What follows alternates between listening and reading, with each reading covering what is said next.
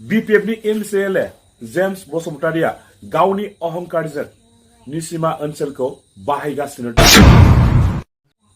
खुलुमबाय, आं बे समाव मोनसे सुंद' आपडेट लानानै फैलायबाय। रायजोफोर, BPF नि MCLA जेम्स बसुमतारिया गावनि अहंकारजों निसिमा ओनसोलखौ बाहायगासिनो दङ। बे बाथ्राखौ बुंदों BTR नि EM राकेश ब्रह्म बिथाङा। राकेश ब्रह्म बिथाङा बे समाव खौरांगिरिनि सिगाङाव मा बिबुंथि होदों, नोंथांमोना बिथांनि सुंद' बिबुंथि होनाय भिडिअ क्लिप्सखौ जोबजासिम नायनानै लाग्रो। बेनि उनावसो नोंथांमोना कमेन्टफोरखौ खालामलायब्लानो जाबाय।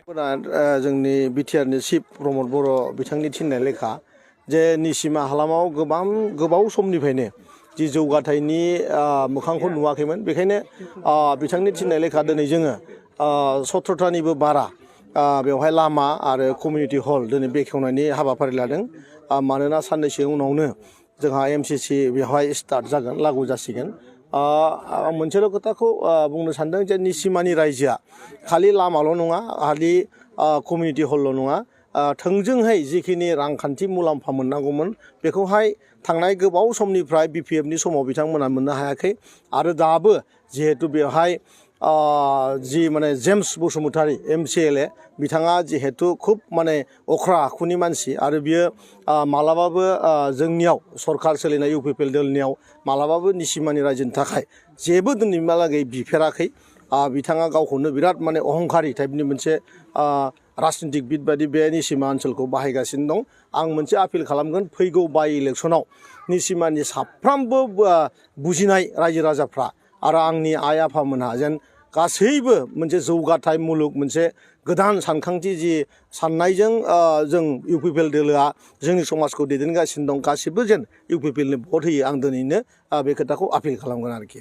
बेखौथ' जि अपजिसन दङ BPF आ हदाय बिथांमोना जोंनि गाज्रिखौनो बुंखागोन। जेनेबा UPPL आ मोजां खामानि मावदों। दिनै 17था निसिमायाव लामा, जोङो अन्थाइनि लामा आरो प्लास कमिउनिटि हल बेफोरबायदि गोबां, आरो साननैसो आगोलाव बेवहाय गोबां मानसिनो साइकेल होनाय जादों।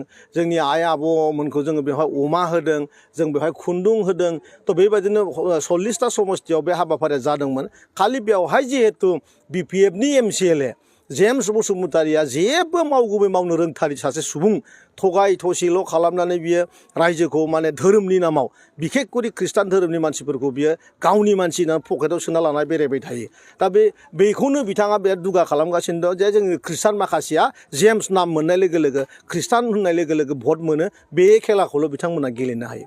आरो दिनै सार' माने BTR ओनसोलाव मोनसे चेन्ज फैबाय, सोलायनाय फैबाय, मोनसे मोजां थासारि फैबाय।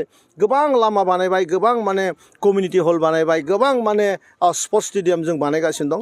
बुंनानै फोजोबनो हानाय नङा। बिथांमोननि बे भाइरेल शब्दआ बे एकदम नंखाय। बे खोथायाव खुनु माने गुरुत्व होनांगौ जेबो गैया रायजोफ्रा।